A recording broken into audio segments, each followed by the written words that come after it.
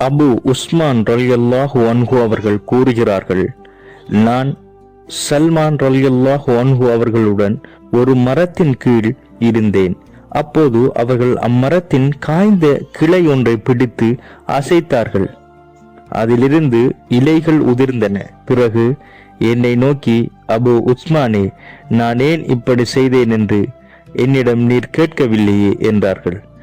ஏன் செய்தீர்கள் என்பதை சொல்வீராக என்று கேட்டதற்கு அவர்கள் கூறியதாவது, ஒரு முஸ்லிம் நன்றாக ஒளி செய்து 5 நேர தொழுகையையும் நிறைவேற்றினால் இந்த இலைகள் உதிர்வது போன்று அவரது பாவங்கள் உதிர்ந்துவிடும் என்று கூறிய ரசூலுல்லாஹி ஸல்லல்லாஹு அலைஹி வஸல்லம் அவர்கள், பகலின் 2 ஓரங்களிலும் இரவின் சில பகுதிகளிலும் தொழுகையை நிலைநிறுத்துவீராக.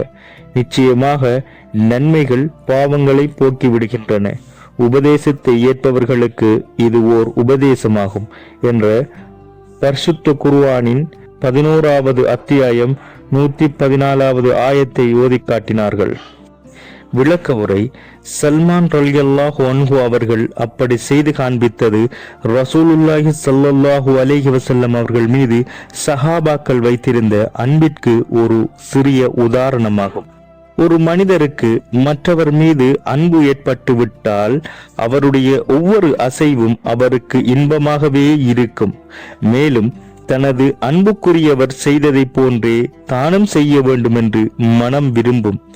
அன்பின் இன்பத்தை சுவைத்தவர்களுக்கே இதன் உண்மையை நன்கு உணர முடியும்.